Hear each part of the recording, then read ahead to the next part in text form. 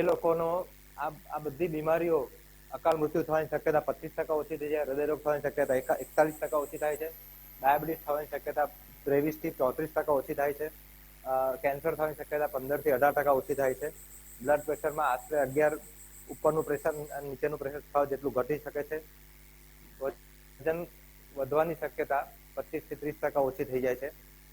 પરંતુ વનસ્પતિજન્ય આહાર ખાલી ખાય એટલે કે વેગન, ખાલી વનસ્પતિમાંથી મળતી વસ્તુઓ જ ખાવા વાળા લોકો અને કોઈ પણ એનિમલ માંથી આવતી વસ્તુ ન ખાવા વાળા લોકોને ફ્રેક્ચર થવાની શક્યતા કે હાડકા નબળા થવાની શક્યતા થોડી વધારે થાય છે. તેમજ વિટામિન B12 કે ઝીંક ઓછું થઈ જવાની શક્યતા પણ ખાલી વનસ્પતિજન્ય ખોરાક જ એટલે વેગન કહેવાય ને. શાકાહારીના અનેક પ્રકારો છે એની આપણે હમણાં વાત કરીએ તો એમાં થોડું વધે છે. જે લોકો ખાલી વનસ્પતિ ખાય છે, બીજું કશું જ નહીં એટલે દૂધ પણ નહીં, તેવા લોકોને વેગન કહેવામાં આવે છે. બરાબર. જે લોકો વનસ્પતિ વત્તા દૂધ ખાય છે એને લેક્ટો વેજીટેરિયન કહેવામાં આવે છે. જે લોકો વનસ્પતિ ખાય છે, દૂધ ખાય છે અને ઈંડા ખાય છે તેને લેક્ટો ઓવો વેજીટેરિયન કહેવામાં આવે છે. જે લોકો વનસ્પતિ વત્તા માછલી ખાય છે તેને પેસ્કો વેજીટેરિયન કહેવામાં આવે છે. બરાબર.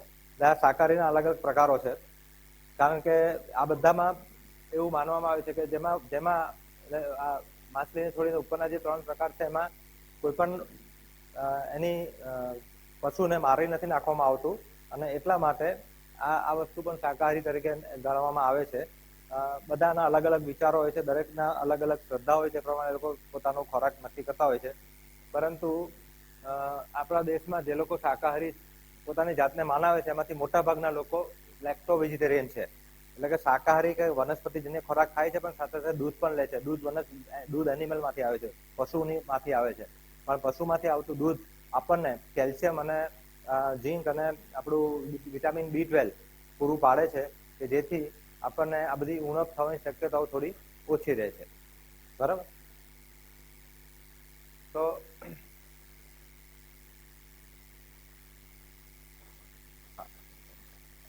અત્યારે છેલ્લા વર્ષોમાં જે અભ્યાસો થયા એમાં હું તમને બતાવતો હતો જે ભાગમાં તે આ છે. અહીંયા આગળ આ જગ્યા અહીંયા આગળ મોનાકોનો દેશ છે, એની ઉપર ફ્રાન્સ છે, પેલું ઇટાલી છે, આ સાર્ડિનિયા જે આપણે પેલા વાત કરી કે જ્યાં બ્લુ ઝોન તરીકે ઓળખાય છે તે સાર્ડિનિયા, આ સ્પેન, આ બધા દેશો જે છે ને એ બધા અહીંયા આગળ આ ભાગમાં આ સમુદ્ર છે. આ જે સમુદ્ર છે એને ભૂમધ્ય સમુદ્ર કહેવામાં આવે છે. અંગ્રેજીમાં મેડિટેરેનિયન સી. બરોબર. ભૂમધ્ય, બધી બાજુ જમીન છે ને વચ્ચે સમુદ્ર છે. બરોબર. આ ભૂમધ્ય સમુદ્રની વચ્ચે જે આવેલા પ્રદેશો છે અથવા તો એની નજીકના અડેલા પ્રદેશો છે એ લોકોનો જે ખોરાક છે, સ્પેન, ફ્રાન્સ, ઇટલી અને આજુબાજુના જે વિસ્તારો છે ત્યાંના લોકોનો જે પરંપરાગત ખોરાક છે અથવા હતો એ ખોરાક ને અત્યારે વિશ્વમાં સૌથી બેસ્ટ ખોરાક ગણવામાં આવે છે. કે આ પ્રકારનો ખોરાક જે લોકો ખાય છે એ લોકોને હૃદયરોગ થવાની શક્યતા ખૂબ ઓછી થઈ જાય અને મેડિટેરિયન ડાયટ કહેવામાં આવે છે. મેડિટેરેનિયન ડાયટ. બરોબર. અને અત્યારે આખા વિશ્વમાં કોઈ પણ જગ્યાએ તમે વૈજ્ઞાનિક ફોરમ પર વાત કરો તો સૌથી પહેલું આવે કે ખોરાક કઈ જાતનો, તો મેડિટેરિયન પ્રકારનો ખોરાક તમે લેશો તો સારું પડશે. હવે આ લોકો મેડિટેરિયન ખોરાકમાં ઘણું બધું હોય છે કે એ લોકો માછલી પણ લે છે, બીજું બધું થોડાક પ્રમાણમાં નોનવેજ પણ હોય છે. બરોબર. જે લોકો ખાલી શાકાહારી ખાતા હોય તો એનું મોડિફાઈડ વર્ઝન એના આવે છે કે ભાઈ આપણે આ પ્રકારનો ખોરાક ખાવો હોય તો શું કરવું જોઈએ.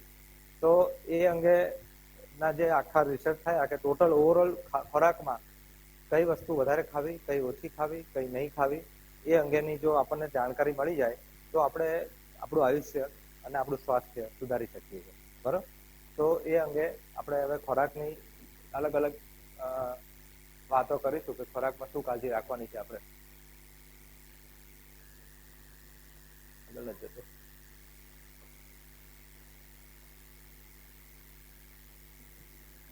નેક્સ્ટ કરીએ.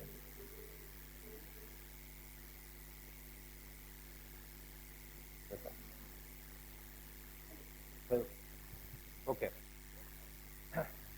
જે ભૂમધ્ય ખોરાક છે એ લોકોની વાનગીમાં શાકભાજી, ફળો, આખા અનાજ, કઠોળ, બદામ, બીજ અને ઓલિવ તેલ વધુ હોય છે.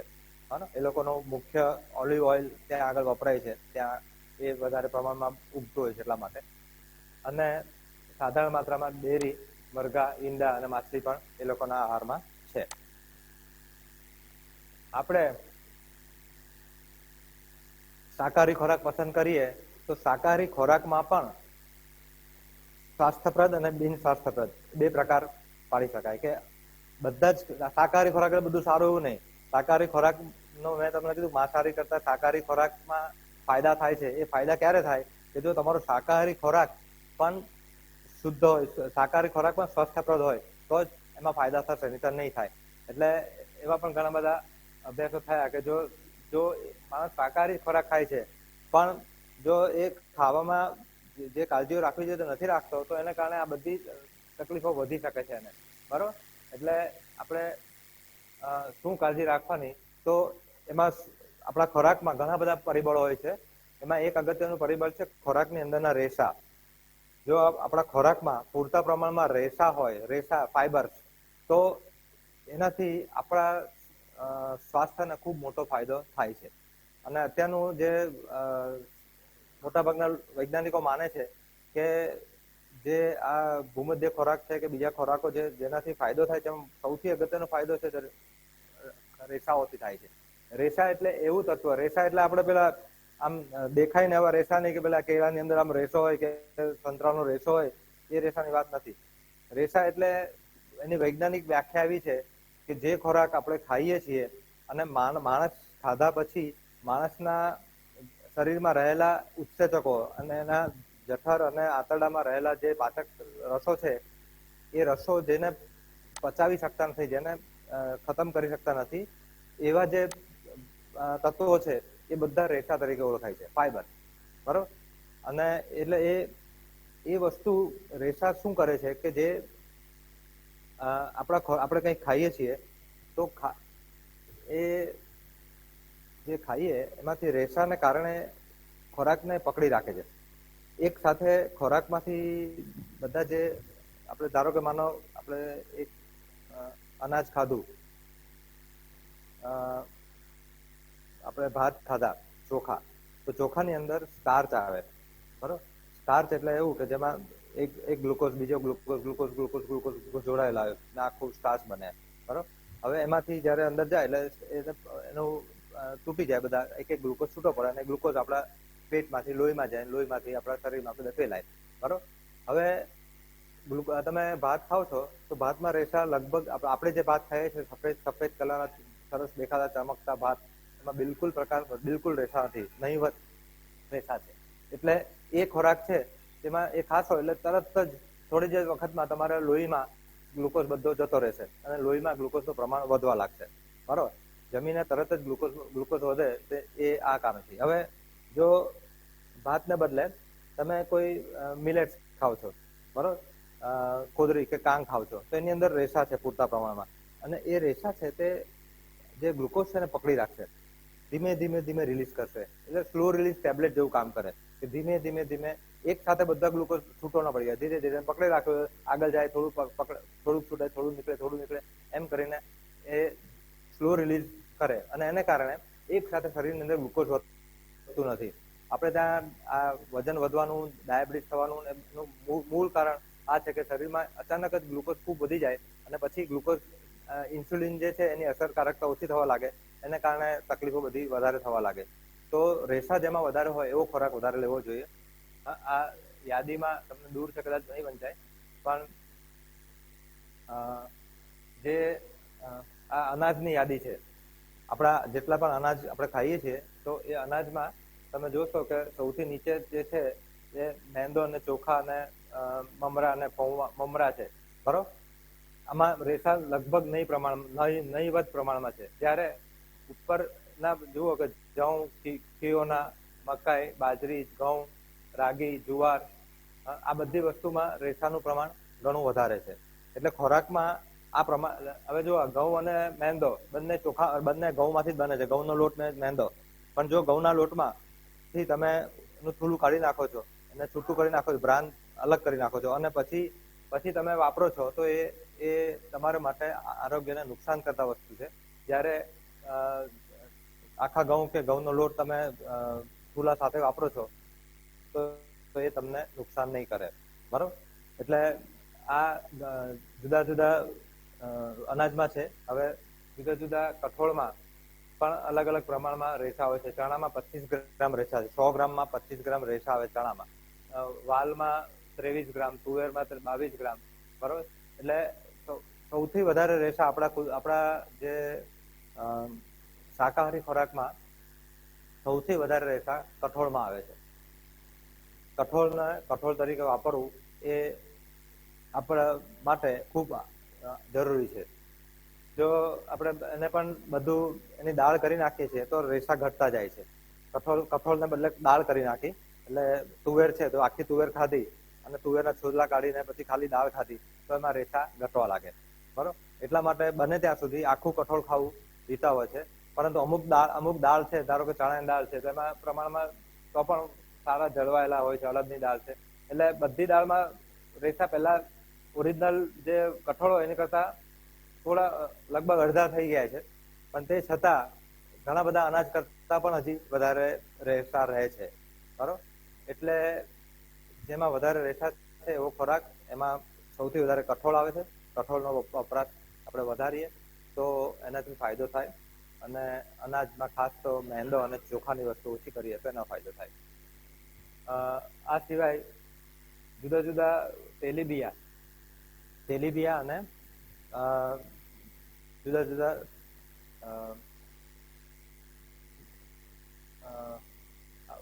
નટ્સ એની અંદર આપણે જોઈએ તો તલમાં સારા પ્રમાણમાં રેસા રહે છે, બદામમાં પણ છે, અને કાજુમાં સૌથી ઓછા રેસા છે. બધા જોઈએ તો અને આ રેસા છે ને તેમાં બે રીતે મેં લખ્યા છે. એક તો 100 ગ્રામે કેટલું છે તે, અને 100 કેલરીએ કેટલા રેસા મળે છે. એટલે અમુક આ બધામાં તમે જોશો કે કેલરી 100 કેલરી આપણે રેસા મેળવવા છે વધારે, પણ કેલરી વધારે નથી લેવી તો શું કરવાનું? તો આ બધા જે અત્યાર સુધી જોયા એમાં લગભગ બધામાં કેલરી ઘણી વધારે મળે. અનાજ, કઠોળ કે આ તેલીબિયા ખાઓ તો એમાં કેલરી ઘણી વધારે મળે. એટલે 100 કેલરી રેસાનું પ્રમાણ જુઓ તો 2, 3, 4 એવું જ છે, બરોબર. એટલે 100 કેલરી ખાઓ ત્યારે રેસા તમારે કુલ ઓછા મળે છે. ત્યારે તમે આ જુદા જુદા મસાલામાં રેસા છે. અલબત્ત મસાલા આપણે વધારે પ્રમાણમાં ખાઈ શકતા નથી. મસાલામાં તમે જોશો ખૂબ વધારે પ્રમાણમાં રેસા છે, પણ એ આપણે 2 ગ્રામ, 5 ગ્રામ, 10 ગ્રામ એવું ખાતા હોઈએ, એટલા માટે એ બહુ આપણા માટે એટલું બધું આકર્ષક નથી આ વસ્તુ. જુદા જુદા ફળોમાં રેસાનું પ્રમાણ જુઓ તો કઠોળ કરતા 100 ગ્રામે રેસા ઓછા છે, પણ કઠોળ તો બીજા બધા કરતા તમે જોશો કે 100 કેલરીએ કેટલા રેસા છે, તો એમાં ખૂબ વધારે પ્રમાણમાં તમને જોવા મળશે આ બધામાં. બીજું જે આંકડો છે તે 100 કેલરીએ રેસા છે.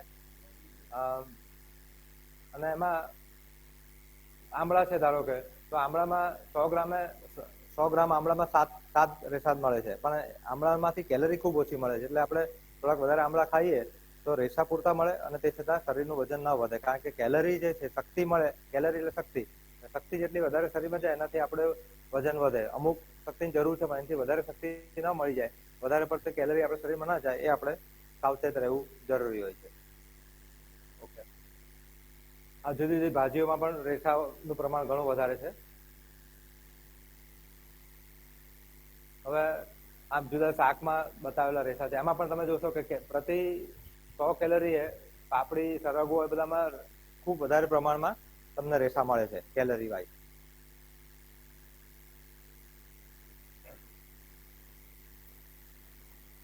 આ આપણા કંદમૂળમાં જે બધા મૂળ તરીકે ઓળખાય છે એ બધામાં રેસાનું પ્રમાણ ઘણું ઓછું હોય છે, અને એ પણ ખાલી સ્ટાર્ચ જ છે. એટલે જે રેસાહીન ખોરાક છે એ આપણે ઓછો કરીએ અને રેસાવાળો ખોરાક વધારે લઈએ. આ જેમાં વધારે રેસા છે એનું એક લિસ્ટ આખું છે, તમને બીજી મળી જશે.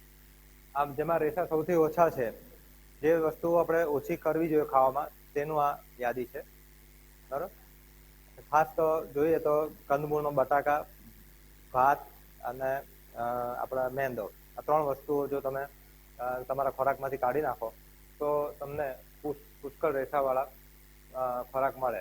રોજના ખોરાકમાં ઓછામાં ઓછા 25 ગ્રામ રેસા જવા જોઈએ.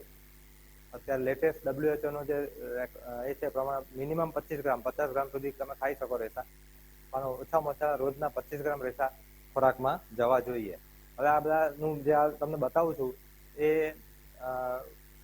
આપણા દેશમાં જે એનો અભ્યાસ થાય છે, નેશનલ ઇન્સ્ટિટ્યૂટ ઓફ ન્યુટ્રિશન કરીને છે, હૈદરાબાદની સંસ્થા છે NIN, બરોબર.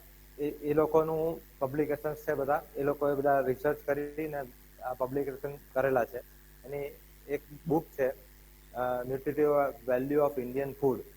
તમે ઓનલાઈન જોશો તમને એકદમ સારી છે, nutritive value of Indian food. અને બીજું એ જૂની બુક છે, એ પછી નવી એક આવી છે એ Indian food composition table, IFCT. આ જે બધા ડેટા છે બીજી બુકના છે, IFCT કરે છે, ઇન્ડિયન ફૂડ કોમ્પોઝિશન ટેબલ. આ બંને ચોપડીઓ જે લોકો આરોગ્યનું કામ કરવા માંગતા હોય એ લોકોએ વસાવવા જેવી છે અને એમાંથી શીખવા જેવું છે કે કયા ખોરાકમાં શું વધારે હોય છે, શું ઓછું હોય છે, એ તમને એમાંથી મળી જશે. આની ગુજરાત એટલે આપણે મારી એક ચોપડી છે સ્વસ્થ આહાર કરીને, એમાં પણ થોડીક આ આખા ટેબલ એમાં પણ આપેલા છે, એમાંથી પણ તમે જોઈ શકો છો.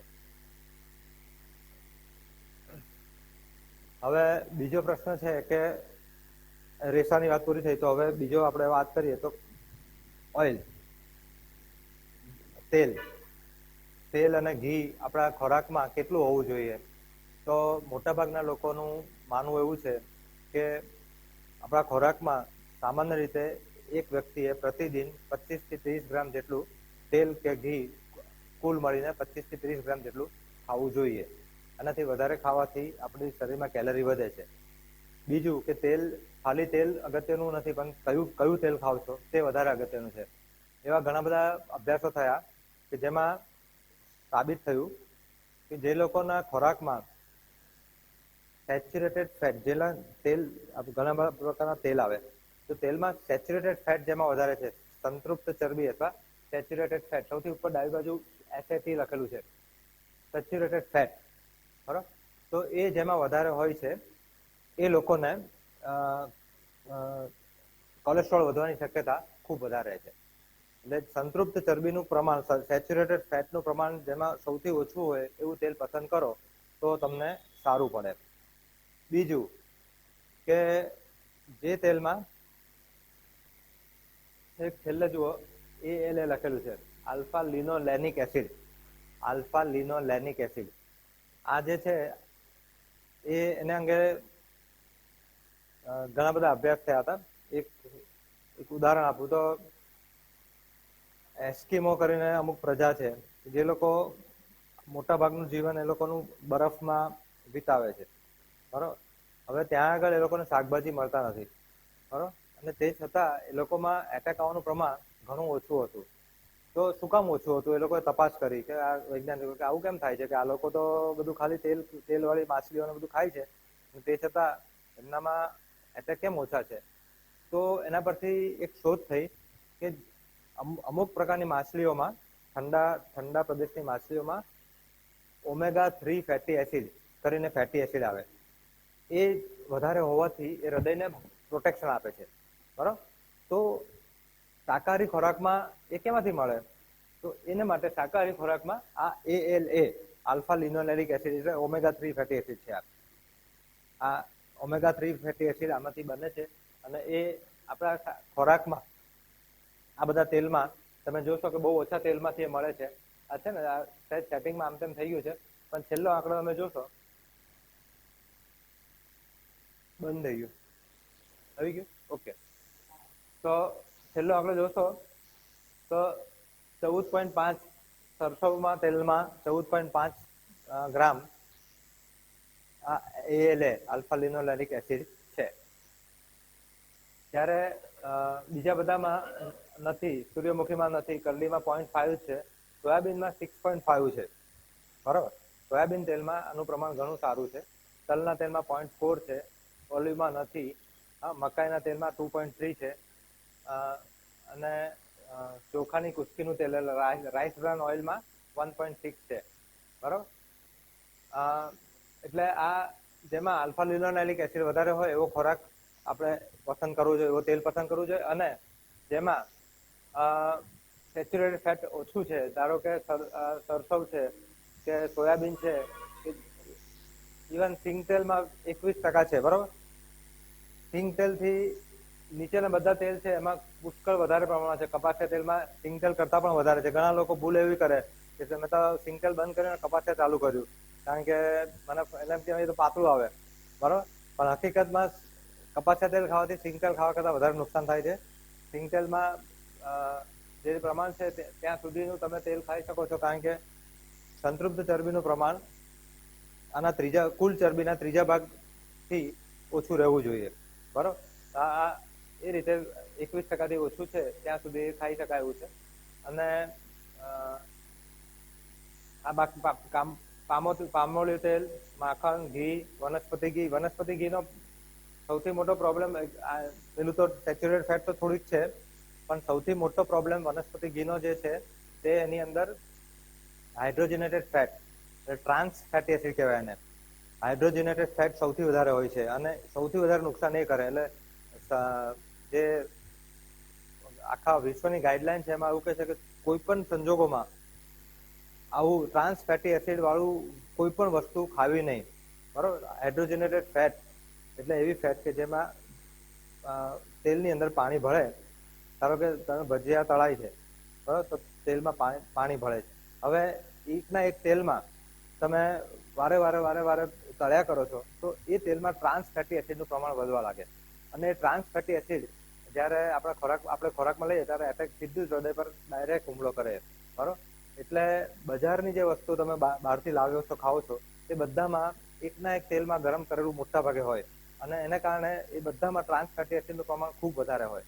અને એ ટ્રાન્સ ફેટી એસિડ શરીરને નુકસાન કરશે. એટલા માટે 1% કરતા ઓછું, એટલે 1% કરતા ઓછું આખા દિવસમાં 1% કરતા ઓછું ટ્રાન્સ ફેટી એસિડ ખાવું જોઈએ. એનાથી વધારે ખાવાથી નુકસાન છે. ટૂંકમાં હોવું જ નહીં જોઈએ એવું મોટાભાગના લોકો માને છે. મોટાભાગની બેકરીઓમાં આ હાઇડ્રોજનેટેડ ફેટથી જ, એટલે ડાલડા ઘીથી જ બધા બિસ્કીટો અને બધું બનાવવામાં આવે છે. અને એને કારણે જ ટ્રાન્સ ફેટી એસિડ આપણા શરીરમાં બહુ જાય છે. એટલે બેકરીની પેદાશો તમે ખાઓ છો તો તેમાં બે સૌથી વધારે નુકસાનકારક વસ્તુ આવે છે, એક મેંદો અને બીજું આ ટ્રાન્સ ફેટી એસિડ. બરોબર. એટલે બંને વસ્તુ પુષ્કળ નુકસાન કરે. બરોબર. એટલે આપણે ત્યાં દુર્ભાગ્યે આ બેકરીનું ચલણ વધતું જાય છે, પણ મોટાભાગની બેકરીમાં આ પ્રોબ્લેમ હોય છે. અને એટલા માટે બેકરી પ્રોડક્ટ જેટલી ઓછી ખાઓ એટલો ફાયદો. આપણને આજના ફાસ્ટ યુગમાં ફાસ્ટ ફૂડ બહુ પ્રિય છે. અને ફાસ્ટ ફૂડની સાથે આપણે ફાસ્ટ ડેથને બોલાવી લઈએ છીએ. બરોબર. તો આનું પ્રમાણ ઓછું થાય એ જરૂરી છે.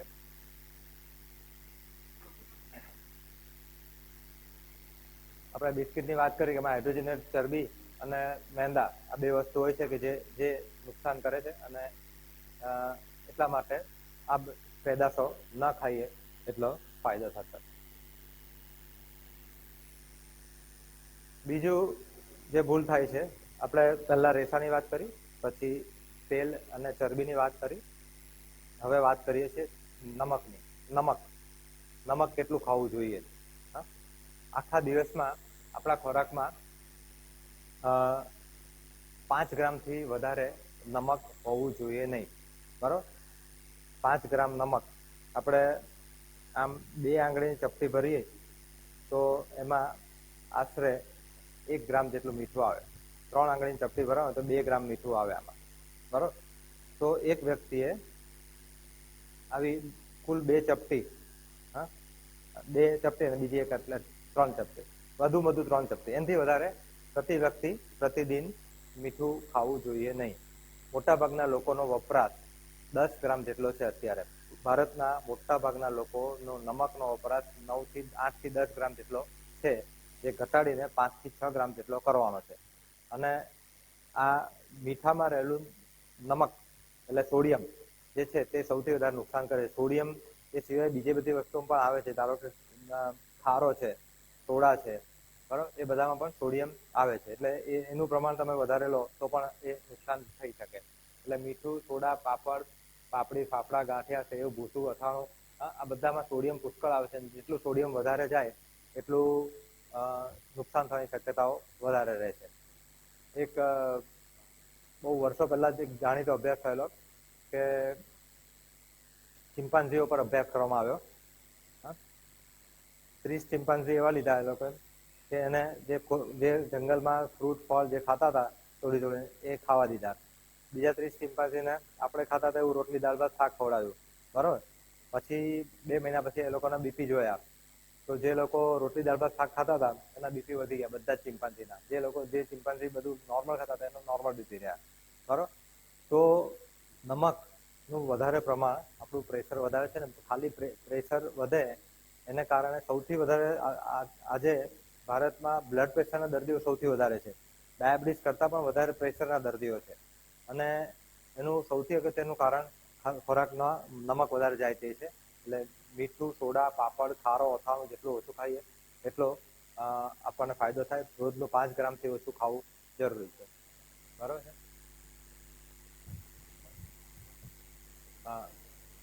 છેલ્લી વાત આપણા સુગરની કરીએ. સુગર એટલે કે ખાંડ, ગોળ. ખાંડ, ગોળ, સુગરની વ્યાખ્યા બહુ અલગ અલગ છે. રિફાઇન કાર્બોહાઈડ્રેટ કહેવાય સુગર એટલે. અને અત્યારે આપણે જે વાત કરીએ છીએ ખાંડ ગોળ પૂરતી મર્યાદિત વાત કરીએ પહેલી, તો આખા દિવસમાં એક વ્યક્તિએ કુલ 25 ગ્રામથી ઓછી ખાંડ કે ગોળ ખાવા જોઈએ. કુલ 25 ગ્રામથી ઓછા. બરાબર, એક 200 mlનું શરબત છે કે ચા છે 200 mlનો કપ, તો એમાં આશરે 20 ગ્રામ જેટલી ખાંડ આવે છે. બરાબર, એટલે હવે તમે અહીંયા ચા પીધી, પછી બીજો દોસ્તારમાં બીજી ચા પીધી, પછી ત્રીજી પીધી, આમ આખા દિવસમાં 5-6 ચા પી નાખો છો તો એમાં આખા દિવસની ખાંડ ગોળ વધી જાય છે. જેટલું ખાવું છે એનાથી વધારે ઓલરેડી તમે લઈ લો છો આમાંથી. પછી બાકીનું બધું તો બીજું વધારે. બરાબર, એટલે જે લોકો રોજ 200 ml થી વધારે શરબત, ચા, લસ્સી, કોલ્ડ ડ્રિંક્સ કંઈ પણ પીવે છે એ લોકોને ડાયાબિટીસ થવાની શક્યતા અને વજન વધવાની શક્યતા ખૂબ વધી જાય છે. અત્યારે આજથી 10 વર્ષથી અમેરિકાના લોકો બહુ મહેનત કરે છે કે એ લોકોના છોકરાઓના વજન વધતા જ જાય છે. બધા લગભગ 80% વ્યક્તિનું વજન અત્યારે અમેરિકામાં હોવું જોઈએ એનાથી વધારે છે. બરાબર, અને બાળકોમાં આ ખૂબ વધારે છે. એનું પછી એ લોકો તપાસ કરી શું કામ આવું થાય છે, તો કે બધા પાણી પીતા જ નથી. સ્કૂલમાં જાય પાણીને બદલે કોલ્ડ ડ્રિંક જ પીવે છે, કોક. બરાબર, અને ઘણી હોટલોમાં બધામાં તો કોક ફ્રી હોય, પાણીના પૈસા લાગે, કોક ફ્રી મળે. બરાબર, ખાવાનું લો એની કોક ફ્રી, પણ પાણી લો તો પાણી પૈસા લાગે. તો આના હિસાબે ઓવરઓલ સમાજમાં એટલું બધા વધારે પ્રમાણમાં શરબત, કોલ્ડ ડ્રિંક્સનું પ્રમાણ વધવા લાગ્યું અને એને કારણે શરીરમાં ચરબીનું પ્રમાણ વધતું થયું અને એને કારણે તકલીફો વધવા. આપણે વાત કરી હતી ચા. હા, બજારમાં મળતા 250 ml નું જે બોટલ આવે છે એમાં 25 ગ્રામથી વધારે, અને પેલો 330 ml નું કેન આવે છે એમાં 35 ગ્રામથી વધારે ખાંડ આવે છે ઓલરેડી. બરોબર, અને એ આપણને નુકસાન કરે છે. બરોબર, તો આપણે અલગ અલગ કોમ્પોનન્ટ્સ જોયા. હવે સમરાઇઝ કરીએ ખોરાકની વાત. તો ખોરાકમાં આપણા આને છે ને આ જે બતાવું છે ને ફૂડ બેઝ ડાયટરી ગાઈડલાઈન કહેવાય છે. Food base. પહેલા શું આવતું હતું કે તમે આટલા ટકા ચરબી ખાઓ, આટલા ટકા કાર્બોહાઈડ્રેટ ખાઓ, આટલા ટકા પ્રોટીન ખાઓ, એવી ગાઈડલાઈન પહેલા આવતી હતી. બરોબર, પછી આજે છેલ્લા 10 વર્ષમાં અભ્યાસો થયા પછી ધીમે ધીમે બધાને સમજાવ્યું કે આ બધી ગાઈડલાઈન તો ખોટી છે. આમાં ચોક્કસ આપણને સમજ નથી પડતી, એટલે ચોક્કસ સમજાય એવી ગાઈડલાઈન આપવી જોઈએ. અને એ પેલા મેડિટેરિયન ડાયટ પરથી ધીમે ધીમે બધી ગાઈડલાઈન ડિવાઇસ વધારે થઈ કે એમાં આશરે કેટલું ખાવું જોઈએ. તો અનાજ, ચોખા, સફેદ ચોખા અને મેંદા સિવાય ભૂખ મુજબ જેટલું અનાજ ખાવાનો વાંધો નથી. આખા અનાજ, કઠોળ રોજના 60 થી 100 ગ્રામ જેટલું હોવું જ જોઈએ. અગત્યની સ્લાઇડ છે, આનો ફોટો પણ પાડી લેજો. બદામ, અખરોટ, મોલિસિંગ જેવા નટ્સ કહેવાય ને, એ 30 થી 60 ગ્રામ રોજ હોવા જોઈએ. તલ, અળસી કે અન્ય બીજ 30 થી 60 ગ્રામ. શાકભાજી અને ફળો, એક વ્યક્તિએ રોજના ઓછામાં ઓછા 400 ગ્રામ શાકભાજી અને ફળો ખાવા જરૂરી છે. ઓછામાં ઓછા 400 થી 600 ની વચ્ચે ગમે એટલા. પણ આ વસ્તુ તમારે જોવાની, તમે રોજ કેટલું શાક લાવો છો, ઘરમાં કેટલા જણા છે, શાકભાજી અને ફળો તમે રોજ કેટલા ગ્રામ લાવો છો, ઘરમાં કેટલા જણ ખાય છે, અને આ જે ખાદ્ય ભાગનું વજન છે, બરોબર. દાળી કે દાળખા આવેલા હોય એનું વજન છોડીને પછીનું વજન વિચારવાનું. ઓકે. તેલ અને ઘી રોજનું 25 થી 30 ગ્રામ. નમક, મીઠું 5 થી 6 ગ્રામ. ખાંડ કે ગોળ રોજનું 25.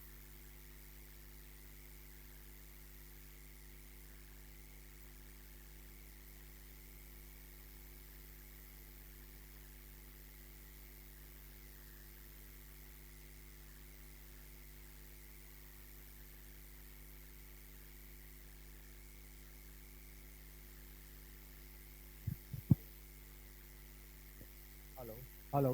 હા. તો ખાંડ ગોળ પ્રવાહી સ્વરૂપમાં આ મુદ્દો અગત્યનો છે. પ્રવાહી સ્વરૂપમાં જ્યારે આપણે ખાંડ કે ગોળ એટલે શરબત, કોલ્ડ્રિંક, લસ્સી, ચા, કોફી આ સ્વરૂપમાં જ્યારે લઈએ છીએ ત્યારે એનું જે છે એ 25 ગ્રામનું લિમિટ છે. પરંતુ જો બીજા કોઈ સ્વરૂપે આપણે લેતા હોય તો વધુમાં વધુ 50 ગ્રામ સુધી ખાંડ ગોળ ખાઈ શકે. એટલે કે એનો અર્થ શું થાય કે જે ખોરાકમાં આપણને પ્રવાહી, આજે મેં અમેરિકાના છોકરાઓની વાત કરી, એ લોકો કોલ્ડ્રિંક તરીકે કોક ને બધું ખાતા હતા, ઝાડા બધા વજન વધી ગયું. એનું કારણ એ છે કે જ્યારે કોઈ પણ પ્રવાહી આપણે લઈએ છીએ ત્યારે આપણું પેટ એટલે અને આપણું મગજ એને ખોરાક તરીકે ગણતું નથી, એને પાણી તરીકે જ ગણે છે. કોઈ પણ પ્રવાહી તમે લો છો તો એને મગજ અને પાણી તરીકે જ ગણે છે. એટલે એ અંદર ખોરાક ગયો છે કે અંદર કેલરી ગઈ છે કે અંદર ખાંડ ગઈ છે, એનું કોઈ એને મગજને એનું સેન્સ આવતું નથી. તમે કંઈક વસ્તુ ચાવીને ખાવ છો તો એની સેન્સ આવે છે કે તમે ખાઈ રહ્યા છો, અને એ મગજમાં એટલે એ પ્રમાણે મગજનું આપણા મગજ પરથી એના હોર્મોન્સ નીકળે કે આ હોર્મોન્સની જરૂર છે, આ ખાધું છે તો આટલું હોર્મોન્સ આપણને જોઈશે. અને એ આખી જે પ્રોસેસ છે તે પ્રવાહી સ્વરૂપમાં જ્યારે લેવામાં આવે છે ત્યારે ખોરવાઈ જાય છે. અને એટલા માટે પ્રવાહી સ્વરૂપમાં ખાંડ ગોળનું પ્રમાણ ખૂબ ઓછું રાખવું જરૂરી, 25 ગ્રામથી વધુ નહીં જોઈએ. અને એટલા માટે એ લોકો એવું કહે છે કે ખાલી ખાંડ ગોળ નહીં, એટલે ખાંડ ગોળ વાળા પ્રવાહી જ નહીં, મધ, બધી જાતના ફળોના રસ, ફ્રૂટ જ્યુસ, આ બધું સુગરમાં ગણાય છે. કારણ કે પ્રવાહી સ્વરૂપમાં તમે લેશો તો એ કેલરી જે છે વધારે એની નોંધ શરીરના જે તંત્ર છે એને ઓછી પડશે, અને એને કારણે વજન વધવાની શક્યતાઓ વધતી જશે. એટલે ફળો સારી વસ્તુ છે, ખાવા જ જોઈએ. આખા ફળો ચાવીને ખાવા જોઈએ, પણ ફળોના રસ બને ત્યાં સુધી ન ખાવો, ઓછો ખાવો એ અગત્યનું છે. બરાબર. અને દૂધ 250 ml જેટલું રોજનું હોવું જોઈએ. ઓકે. તો આટલી વાત કરી ખોરાકની, અને હવે બાકીના મુદ્દાઓ પર વાત આપણે લઈ જઈએ છીએ. આપણે 8 વાગ્યા સુધી ચલાવશું ને? ઓકે. તો જે બાકીના મુદ્દાઓ છે તેમાં મુખ્યત્વે હવે આપણે 4 મુદ્દા જોયેલા. આમાં ખોરાકની વાત કરી. હવે બીજો મુદ્દો છે શ્રમ અથવા કસરત, શ્રમયુક્ત જીવન અથવા કસરત. તો કસરતમાં સૌથી મહત્વનું છે શરીરને કોઈ પણ રીતે આપણે હાથ પગનું હલનચલન થતું રહેવું જોઈએ. એનું કારણ એ છે કે સ્નાયુઓનું હલનચલન જ્યારે થાય છે એ સ્નાયુઓમાં ગ્લુકોઝ જે છે શરીરનો, તે એને ઇન્સ્યુલિનની જરૂર નથી પડતી. શરીરના બીજા બધા કોષોમાં પ્રવેશવા માટે ઇન્સ્યુલિનની જરૂર પડે. સ્નાયુઓનું હલનચલન થાય તો સ્નાયુઓ ઇન્સ્યુલિનની મદદ વગર ગ્લુકોઝ વાપરી શકે છે. અને એટલા માટે જેટલું હલનચલન આપણું વધારે થાય, જેટલું એક્ટિવ રહે, એટલું ખાલી કસરત કરતી વખતે પણ કર્યા પછી પણ આપણા શરીરની જે બેઠા બેઠા આપણે આરામ કરીએ છીએ જેટલી ઉર્જા વપરાય છે એનો વપરાશ તમે કસરત કરો છો તો વધી જાય છે. બરાબર. તો ઘણા બધા અભ્યાસો પરથી એવું સાબિત થયું કે જે લોકો રોજ ચાલે છે, ઓછામાં ઓછું અડધો કલાક જે ચાલે છે તે ઘણી બધી બીમારીઓથી બચી જાય છે અને એને એટેક આવવાની શક્યતા, હૃદયરોગ થવાની શક્યતા અડધી થઈ જાય છે. જે રોજ ચાલે તેના રોગ ભાગે.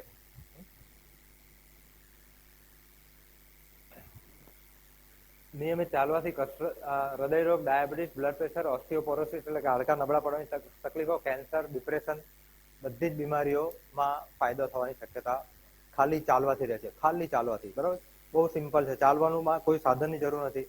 કોઈ પણ સ્થળે કરી શકો છો, કોઈ પણ સમયે કરી શકો છો, અને એટલા માટે ચાલવું એ સૌથી ઉત્તમ કસરત છે. બરોબર. હવે ચાલવા સિવાય બીજી બધી કસરતોમાં કોઈને ઈચ્છા હોય એટલે શું કરી શકાય? જેમ કે તમે માનીને કરતા હશો કે તમે યોગા કરો છો તો એ કસરત છે, પણ એ બહુ લાઇટ કસરત છે. બરોબર.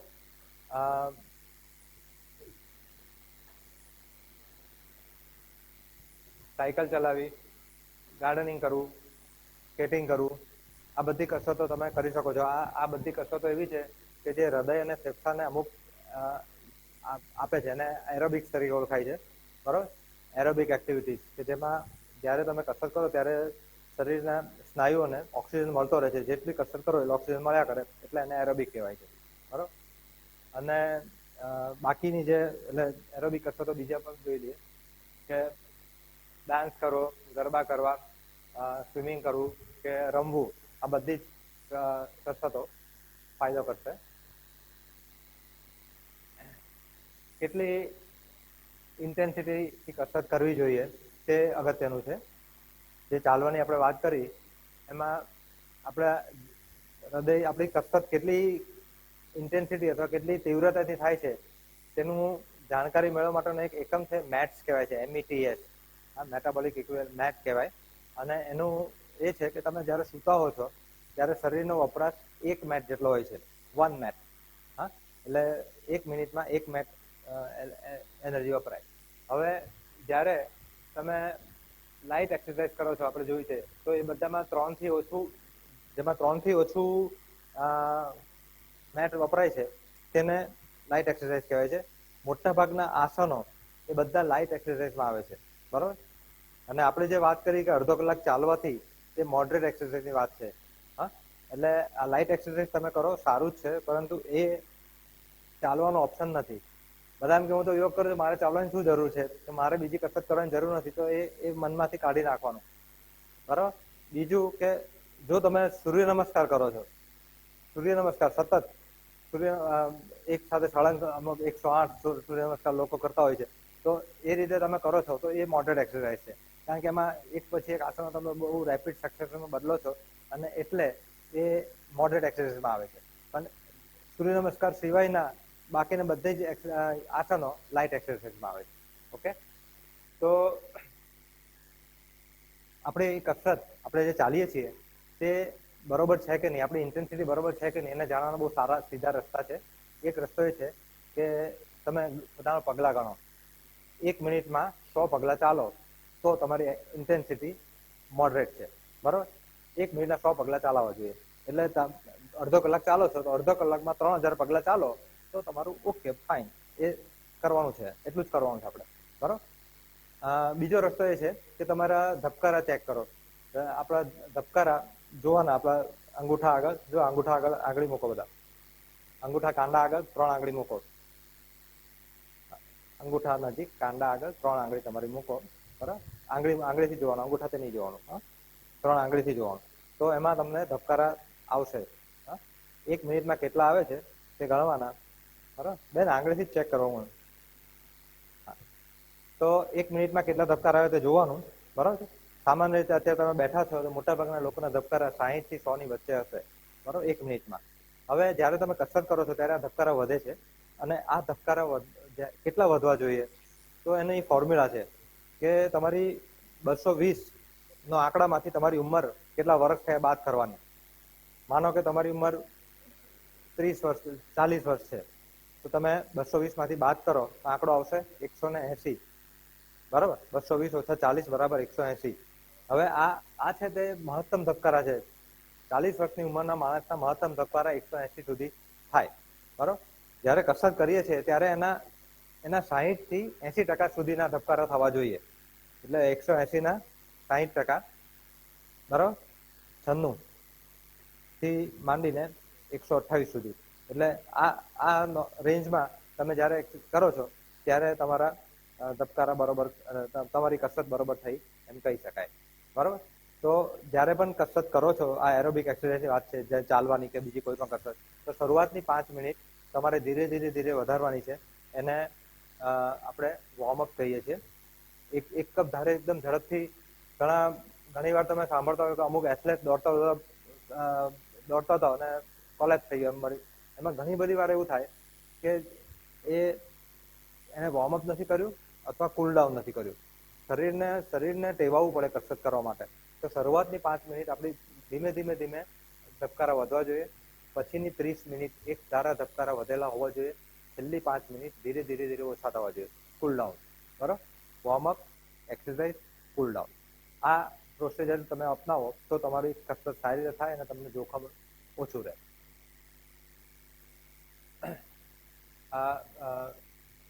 એક એરોબિકની વાત થઈ. હવે બીજી જે કસરતો છે તે ફ્લેક્સિબિલિટીની કસરત છે. અને એમાં જુદી જુદા આપણા આસનો, કરાટે, કુંફુ આવી જાય. અને આ કસરતો જરૂરી છે. સ્નાયુ અને સાંધાઓનું આપણું લચીલાપણું જાળવી રાખવા માટે આ કસરતો ફાયદો કરે છે. પરંતુ ચાલવાનો ભોગે નહીં, ચાલવું તો ફરજિયાત છે. 5 મિનિટ, અઠવાડિયામાં 5 દિવસ ઓછામાં ઓછો અડધો કલાક તમે ચાલશો તો તમને ઘણી બધી બીમારીઓથી બચી જશો. બાકીના 2 દિવસ તમે, જો ટાઈમ ઓછો હોય તો બાકીના 2 દિવસ બાકીની એક્સરસાઇઝ કરો. સ્ટ્રેન્થ, આ જે છે ફ્લેક્સિબિલિટી છે, અને બીજી છે સ્ટ્રેન્થ એક્સરસાઇઝ આવે, કે જેમાં વેઇટ લિફ્ટિંગ કે દાદર ચડવાનું કે એવું આવે. તો એ સ્ટ્રેન્થ એક્સરસાઇઝ છે, મસલ સ્ટ્રેન્થનિંગ એક્સરસાઇઝ. તો એ બધી કરો અઠવાડિયામાં 2 દિવસ તો ચાલે, પણ 5 દિવસ તો ચાલવાનું અથવા એ જાતની જે બધી એરોબિક એક્સરસાઇઝ કરવી જરૂરી છે. હા, તો કસરતની વાત કરી. હવે આ એક મુદ્દો એવો છે ને કે જેને અલગથી આપણે તારવેલો છે, અને આખા વિશ્વમાં આ એક લાઈફસ્ટાઈલનો એક અગત્યનો મુદ્દો બની ગયો છે કે વેઇટ મેનેજમેન્ટ, વજન નિયંત્રણ. એ આમ જોઈએ તો બાકીના બધા મુદ્દાઓ ભેગા થાય ત્યારે વજન નિયંત્રણ થાય છે, પણ આના માટે થોડુંક જાગૃત રહેવું જરૂરી છે. એટલા માટે એના 2-3 મુદ્દાઓ કહી દઉં છું. કે વધારે વજન એ સૌથી બધી બીમારીનું જડ તે વધારે વજન છે. અને ખાલી વજન નહીં, વજન કેટલું હોવું જોઈએ પહેલી એ જોઈ લઈએ. તો વજન તમારું કિલોગ્રામમાં માપો છો. વજન જે છે તે તમારી ઊંચાઈ મીટરમાં માપવાની. તમારી ઊંચાઈ ધારો કે 5 ફૂટ છે તો 1.5 મીટર થઈ. બરાબર. તો 1.5 મીટર ગુણ્યા 1.5 મીટર ગુણ્યા 25. બરાબર. આ જે આંકડો આવે એની કરતાં ઓછું વજન તમારું હોવું જોઈએ. આની કરતાં વધારે વજન હોય તો એ પ્રોબ્લેમ કહેવાય. બરાબર છે. આ ઊંચાઈનો વર્ગ વજન ભાગ્યા ઊંચાઈનો વર્ગ બરાબર BMI. તમે સાંભળેલું હશે તમારા ધ્યાનમાં, બોડી માસ ઇન્ડેક્સ કહેવાય છે. બોડી માસ ઇન્ડેક્સ અથવા BMI. વજન કિલોગ્રામમાં માપવાનું ભાગ્યા ઊંચાઈનો વર્ગ. આ વજન ભાગ્યા ઊંચાઈનો વર્ગ 25 થી ઓછો રહેવો જોઈએ. બરાબર. BMI 25 થી ઓછું રહેવું જોઈએ. આપણા દેશ માટે 25 નહીં પણ 23 નો આંકડો યોગ્ય છે. એટલે જો 23 આ ગુણાકારમાં 25 ને બદલે 23 વાપરશો તો વધારે ચોકસાઈથી તમને ખ્યાલ આવશે કે એનાથી ઓછું જ રહેવું જોઈએ. કારણ કે નહીં તો તમે 23 થી 25 ભારતના લોકો માટે ઓવરવેઇટ છે. બરાબર. અને BMI 23 થી ઓછો, 18 થી 23 નોર્મલ છે, 23 થી 25 ઓવરવેઇટ છે, અને 25 થી વધારે ઓબેસિટી કહેવાય છે. બરાબર.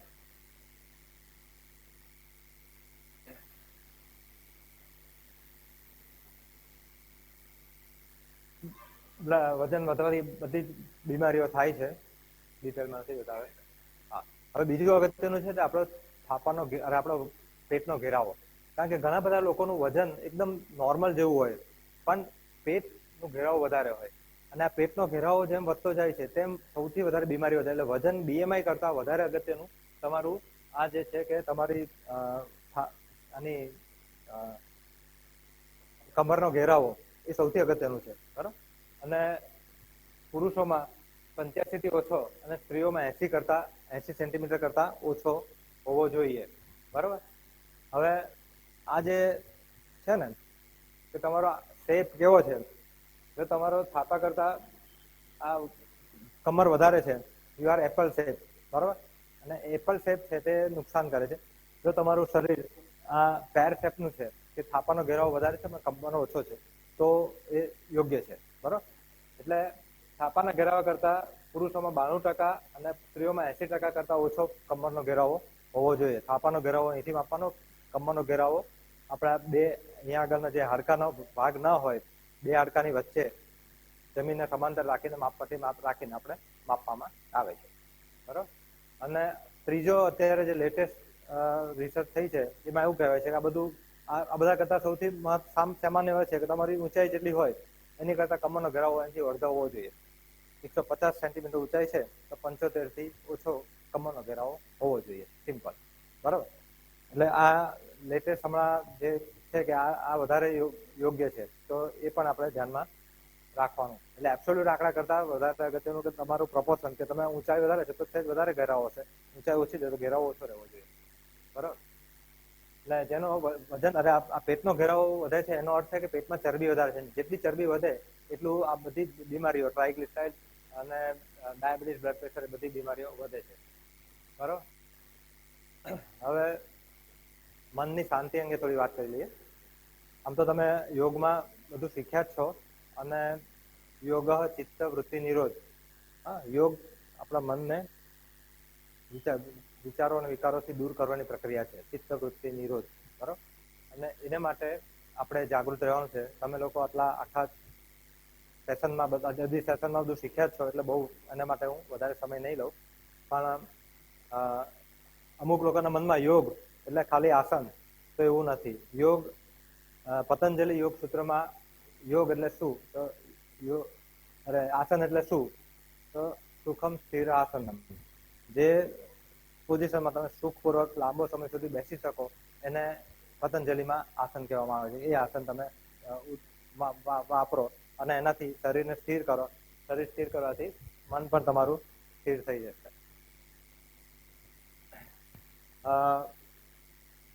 અલગ અલગ પ્રકારના આસનોથી, અને આ ખાસ તો આ જે અષ્ટાંગ યોગ છે તે ઘણા લોકો ભૂલી જાય છે અને ખાલી આસનોમાં કે આસન કરવાથી કે આ આસન કરવાથી આ પેન્ક્રિયાસ સારું થઈ જશે, આસન કરવાથી લીવર સારું થઈ જશે, આ બધા મિથ છે.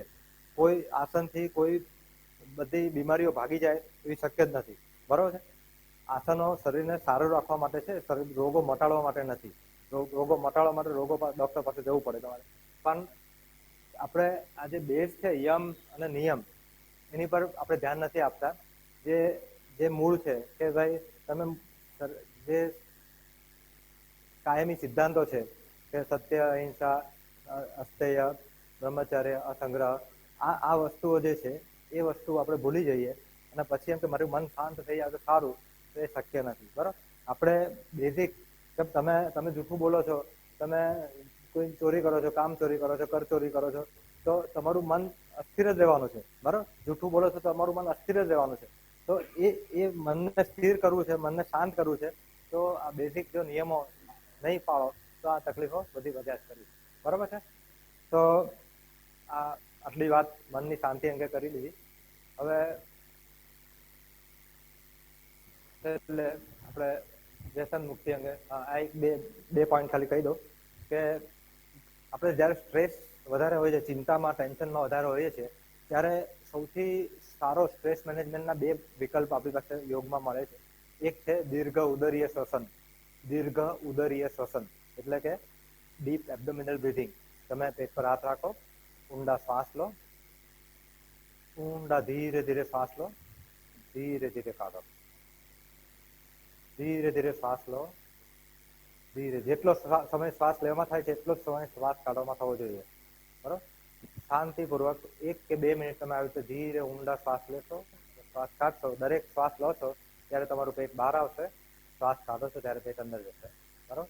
આ રીતે તમે જ્યારે શ્વાસ લો છો ત્યારે આ ડાયાફ્રાગમેટિક બ્રીથિંગ છે. શરીરમાં ડાયાફ્રામ જે છે અહીંયા આવેલો છે, એને તમે ધક્કો મારો છો એટલે પેટ બહાર આવે છે. અને તેનાથી તમારી જે મનમાં ટેન્શન, સ્ટ્રેસ, ગુસ્સો, ચિંતા, આવું કંઈ પણ હશે તો તરત જ એ ઓછું થઈ જશે. તમે ગુસ્સો કોઈને પર કરવો છે ખાલી 2 મિનિટ આ દીર્ઘ ઉદરીય શ્વસન કરજો, પછી ગુસ્સો કરવાનો પ્રયત્ન કરજો, તમે નહીં કરી શકો. બરોબર? એટલે આ મનને શાંત રાખવાની એક અગત્યની ટેકનિક છે. અને બીજી ટેકનિક છે શવાસન. જ્યારે તમે શવાસન કરો છો ત્યારે પણ તમને આ બધી બીમારીઓમાંથી એટલે તકલીફોમાંથી રાહત મળે છે. અને છેલ્લું વ્યસન મુક્તિની 2 મિનિટ વાત કરી કે બધા જ વ્યસનો નુકસાન કરે છે. વ્યસન કોઈ પણ સ્વરૂપે હોય એ શરીરને અંદરથી નુકસાન કરે જ છે. ઘણા એટલે તમાકુનું કોઈ પણ સ્વરૂપે તમે તમાકુ ખાઓ છો, ચાવો છો, ચગડો છો, ધુમાડો કરો છો, કંઈ પણ રીતે શરીરમાં જાય તો નુકસાન કરે છે. એનાથી દૂર રહેવું એ સૌથી અગત્યનું. કારણ કે ધૂમ્રપાન જો એટલે તમાકુનું આખા વિશ્વમાંથી તમાકુ જો બંધ થઈ જાય તો ઘણી બધી બીમારીઓ લગભગ હૃદય રોગની શક્યતા ખૂબ ઓછી થઈ જશે. બરોબર? અને એ રીતે બધી જ બીમારીઓ ખૂબ ઓછી થતી જશે. કેન્સરની બીમારી જે છે એ આ તમાકુના કારણે સૌથી વધારે આવે છે. ઘણા લોકો ખોટા પ્રચાર કરે છે કે દારૂ પીવાથી ફાયદો થાય.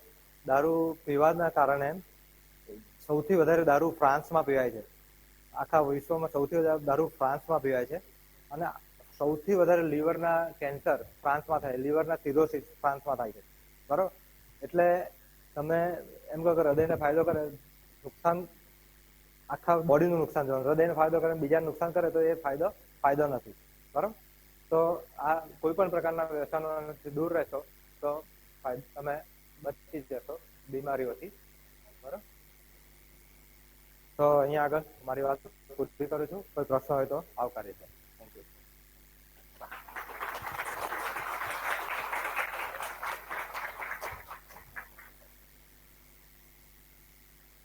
પ્રશ્ન હોય તો પૂછો ફટાફટ. દૂધ હા પીવું જોઈએ કે ના પીવું જોઈએ એમ? હા હા સાચી વાત. એટલે હવે એક દૂધમાં હજી સુધી કોઈ એકદમ વૈજ્ઞાનિક ઢબે એકદમ સાચો તારણ આવ્યું ને એવું નથી. પણ જેટલા અત્યાર સુધી છે એમાં એવું છે કે મલાઈ ઓછી મલાઈ વાળું કે મલાઈ વગરના ઓછી ફેટ વાળા તમે ડેરી પ્રોડક્ટ લો છો તો એનાથી ઓવરઓલ ફાયદો થાય છે. બરોબર?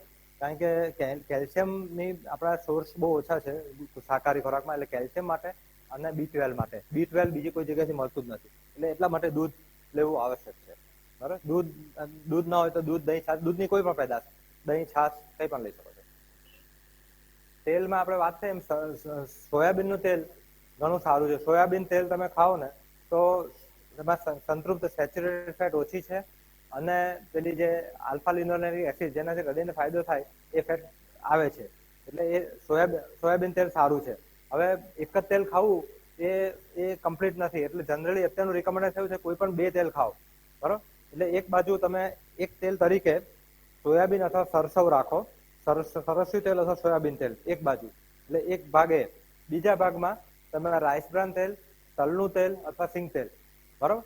એટલે આ બે એકવાર તમે આ સિંગ તેલ, તલનું તેલ કે રાઈસ બ્રાન તેલ ખાઓ, એક વાર આ સરસવ ખાઓ, સરસવ અથવા સોયાબીન ખાઓ, અથવા સવાર સાંજ કરો, અથવા તો જે તળવાનું હોય છે એ તળવામાં તમે સોયાબીન વાપરો અને કાચું ખાવામાં સિંગ તેલ વાપરો કે તલનું તેલ વાપરો તો થઈ શકે. ફિલ્ટરનું કે ગાણીનામાં બહુ મોટો ફરક નથી. એનું જે કમ્પોઝિશન છે એમાં સેમ જ રહે છે. બરોબર? એટલે તમને જે પસંદ પડતો હોય તમે લઈ શકો છો. ફિલ્ટર તેલથી કોઈ નુકસાન થઈ જાય છે એવું નથી. શું કીધું? પ્યોર ઘીમાં છે ને સંતૃપ્ત ચરબીનું પ્રમાણ ઘણું વધારે છે. એટલે ઘીનું પ્રમાણ જેટલું ઓછું કરો એટલો ફાયદો છે. ઘીની અંદર થોડા પ્રમાણમાં આલ્ફા લિનોલેનિક એસિડ છે પણ બહુ ઓછું છે અને એની સામે સંતૃપ્ત ચરબી વધારે છે. એટલે શું કીધું? શુદ્ધ ઘીની જ વાત કરું છું. બરાબર? પણ એમાં ચરબી તો સરખી જ રહેવાની. બધા ઘી, શુદ્ધ ઘીમાં પણ 100% ચરબી છે. બધા તેલમાં 100% ચરબી છે. અને એક વસ્તુ ઘણા બધા પ્રચાર કરતા હોય છે કે અમારું તેલ તો કોલેસ્ટ્રોલ ફ્રી છે. વનસ્પતિની કોઈ પણ પેદાશમાં કોલેસ્ટ્રોલ બનતું જ નથી. વનસ્પતિ કોલેસ્ટ્રોલ બનાવી શકતી નથી. કોલેસ્ટ્રોલ માણસના શરીરમાં બને છે. અને એ ક્યાં કેવી રીતે બને છે? જેમાં સંતૃપ્ત ચરબી વધારે છે એ વધારે ખાવાથી બને છે. એટલે કપાસિયા તેલ ખાઓ, પામ ઓલિવ ખાઓ તો તમારું આ બધા કરશે કોલેસ્ટ્રોલ અને નુકસાન થશે. ઓકે?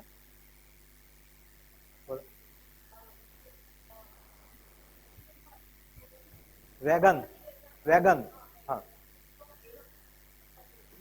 હા વેગન જો ખાવું હોય તમારે તો સપ્લિમેન્ટ તરીકે વિટામિન B12 લેવું જોઈએ, વિટામિન ડી લેવું જોઈએ અને કેલ્શિયમની ગોળી લેવી જોઈએ, કેલ્શિયમ અને ઝિંકની ગોળી લેવી જોઈએ. આટલી વસ્તુઓ વેગન માટે ફરજિયાત છે. બરોબર. અમુક લોકો અત્યારે જે ચાલી રહ્યું છે એ આલ્ગી એટલે લીલ લીલ છે તે વનસ્પતિ છે અને લીલ ખાવાનું, લીલના પેદાશો ખાવાનું અત્યારે વેગન્સમાં ચાલી રહ્યું છે, કારણ કે એમાં પ્રોટીન વધારે છે અને આ બધી બધા ખૂબ વધારે છે. પણ લીલ ખાવાનું કોઈને પસંદ ના પડે, બરોબર. એટલે એ લોકો શું કરે કે લીલનો ભૂક્કો કરે, સૂકી નાખે, સૂકવીને ભૂક્કો કરે અને સપ્લિમેન્ટ તરીકે તમને આપે છે, તમે સપ્લિમેન્ટ તરીકે ખાઓ છો આલ્ગામાંથી, બરોબર. वेगन लोग यूरिक एसिड, कठोल खाने से यूरिक एसिड नहीं बढ़ता है। पहले यूरिक एसिड बढ़ने का कारण ये गलत है। पहले ऐसी मान्यता थी कि कठोल खाने से बढ़ता है, बहुत रिसर्च हुई उसके ऊपर। कठोल खाने से यूरिक एसिड नहीं बढ़ता है, नॉनवेज खाने से बढ़ता है। अगर स्प्राउट्स खाएंगे आप तो बढ़ेगा, कठोल अगर ऐसे खाएंगे तो नहीं बढ़ता है, उसको उगा के खाएंगे, स्प्राउट्स करेंगे तो उससे बढ़ सकता है थोड़ा। और आथा वाली चीज से बढ़ता है, आथा फर्मेंटेड जो आप खाएंगे तो उससे बढ़ता है। हाँ, अलसी खानी चाहिए। अलसी फ्लैक्सीड है, उसमें अच्छा अल्फा लिनोलेनिक एसिड अच्छा है, अलसी खावाથી ફાયદો થશે। ઓમેગા 3 વેજીટેરિયનમાં એક તો અલસી છે, અલસીમાંથી મળે છે, સોયાબીનમાંથી મળે છે અને થોડા પ્રમાણમાં આપણા બધી જ ભાજીઓમાંથી, અખરોટમાંથી મળે છે। અખરોટમાં વધારે હોય છે અને બદામમાં પણ થોડા પ્રમાણમાં હોય છે અને ભાજીઓમાં હોય છે। બધી ભાજીઓ વધારે ખાવાથી આલ્ફા લિનોલેનિક એસિડ થોડા પ્રમાણમાં આપણને મળતું રહે છે। Okay, thank you.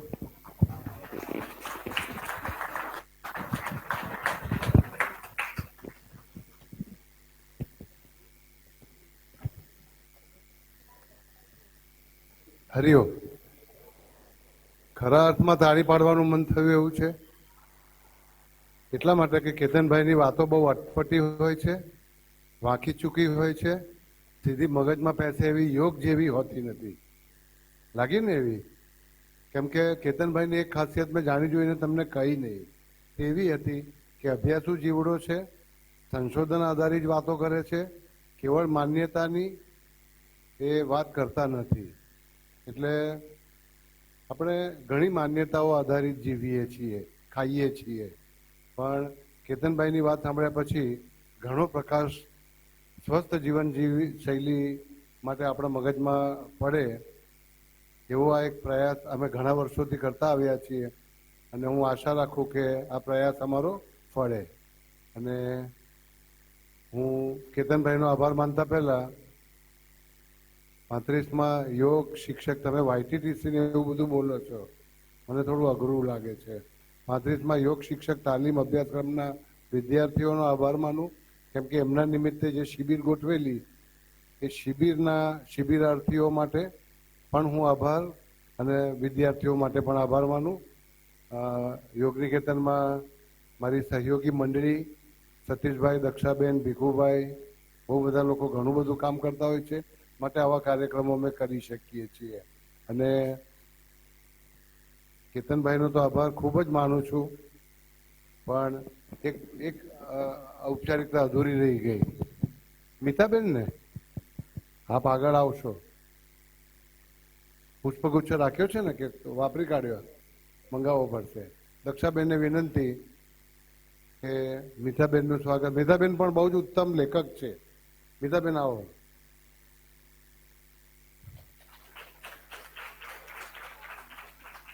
બાળ વર્તન અને બાળ મનોવિજ્ઞાન ઉપર બહુ જ સુંદર લેખો લખે છે। અને બેન આપ પણ આવો। ના, આવવું પડશે ને, એવું નહીં ચાલે ને, એક જ વ્યક્તિની ઓળખાણ આપીએ તો અધૂરી રહે। આવો।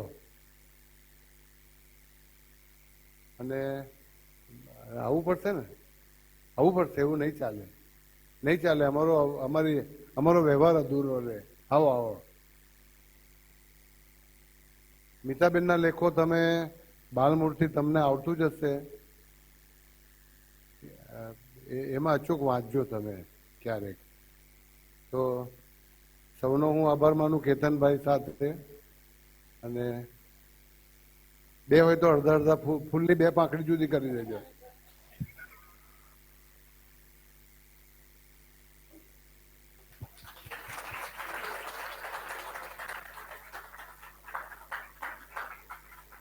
શાનો પ્રબંધ કર્યો છે બધા માટે? કોફીનો પ્રબંધ થયો છે પછી? તો કેતનભાઈએ ના પાડી છે કે કોફી કે ચા પીવી નહીં, પણ શેમ્પેન અમે આપી નથી શકતા. ચાલો બધા ભેગા થઈને કોફી પીશું. અને આજે શિબિર પૂરી કરીએ છીએ. આજે 35મો યોગ શિક્ષક તાલીમ અભ્યાસક્રમ પણ પૂરો જાહેર કરી દઈએ છીએ. અને આવતીકાલથી હવે અમારું કેલેન્ડર તારીખિયું નવું થશે. હવે એટલે જૂના લોકો વિદાય થશો, નવા દાખલ થશો. હરિઓમ. हेलो, 2 अनाउंसमेंट है. एक विद्यार्थी मेगा संस्कार शिविर शुरू हो रही है 9, 10, 11, 12 के बच्चों के लिए. गुरुवार 9 तारीख से शुरू हो रही है. दूसरा एक महिला शिविर करने वाले हैं आने वाले दिनों में, लगभग 13 तारीख अभी सोचा है, पर उसका भी आपको ग्रुप में मिलेगा. पर जो ये साधक लोग हैं, महिला शिविर, उसका टाइम शाम का होगा, 2 वीक का होगा. बहुत अच्छा प्रोग्राम रहता है. तो आप या आपके अड़ोस पड़ोस में जो भी है आना चाहते हैं आ सकते हैं. रजिस्ट्रेशन करवाना पड़ेगा, उसके बाद आपको मिलेगा. पर बहुत अच्छा होता है. शाम को 5 से 6:30 बजे तक. કિરણ સર ઘણા વર્ષોથી કહે છે પણ પુરુષોની કોઈ શિબિર રાખતા નથી, એટલે બેઠેલા પુરુષોને વિનંતી કે સરના પગ પકડી લે. અને और आप लोगों को एक्टिव पार्टिसिपेंट लेना है. उसमें काफी सारी प्रवृत्तियां कराते हैं हम उसमें. तो उसके लिए भी आप मुझे नाम लिखा दे. जिनको भी इसमें रस है मुझे नाम लिखा देना. પરશુરામ જયંતિ આવવાની ને, તો પરશુરામે પૃથ્વીને નક્ષત્રીય કરેલી. મારું ચાલે ને તો હું પૃથ્વીને નાણાં વ્યવહારથી મુક્ત કરી દઉં, રાજકારણીઓથી મુક્ત કરી દઉં, અને છેલ્લી મારી ઈચ્છા છે પુરુષોથી મુક્ત બનાવી દઉં. એના માટે પણ સર પુરુષોને સમજાવવા તો પડશે ને કે તમારે મુક્ત થઈ જવાનું, તમારે અહીંથી જતું રહેવાનું છે. એટલે પહેલોની શિબિર તો કરવી જ પડે સર તમારે છેલ્લે. તો હવે તમે લોકો ઉભા થઈને જઈ શકો છો.